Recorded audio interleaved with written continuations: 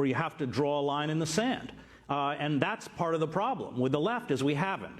I covered the war in Yugoslavia, and I find many parallels between what's happening in the United States and what happened with the breakdown of Yugoslavia. What is it that caused this country to disintegrate? It wasn't ancient ethnic hatreds. It was the economic meltdown of Yugoslavia and a bankrupt liberal establishment that, after the death of Tito, until 1989 or 1990, spoke in the language of democracy but proved ineffectual in terms of dealing with the plight of working men and women who were cast out of state factories, huge unemployment, finally hyperinflation.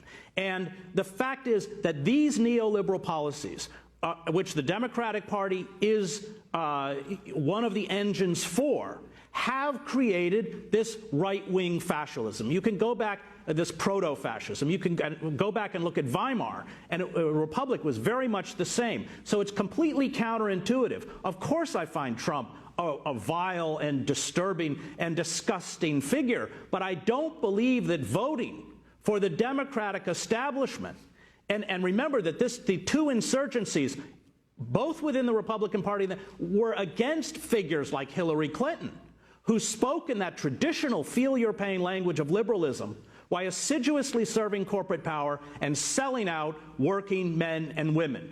And they see through the con. They see through the game. I don't actually think Bernie Sanders educated the public.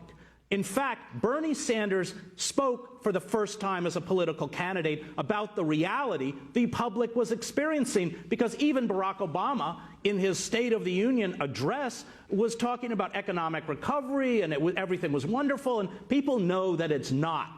And when let me just finish. Let me finish. When you dispossess that segment, as large as we have, half the country now lives in virtual poverty, and you continue to essentially run a government that's been seized by a cabal, in this case corporate, which uses all of the machinery of government for their own enrichment and their own further empowerment at the expense of the rest of the citizenry, people finally react, and that is how you get fascism. That is what history has told us. And to sit by every time, Robert, you speak, you do exactly what Trump does, which is fear, fear, fear, fear, fear. And the fact that we are going to build some kind of amorphous movement after Hillary Clinton, it's just not the way it works.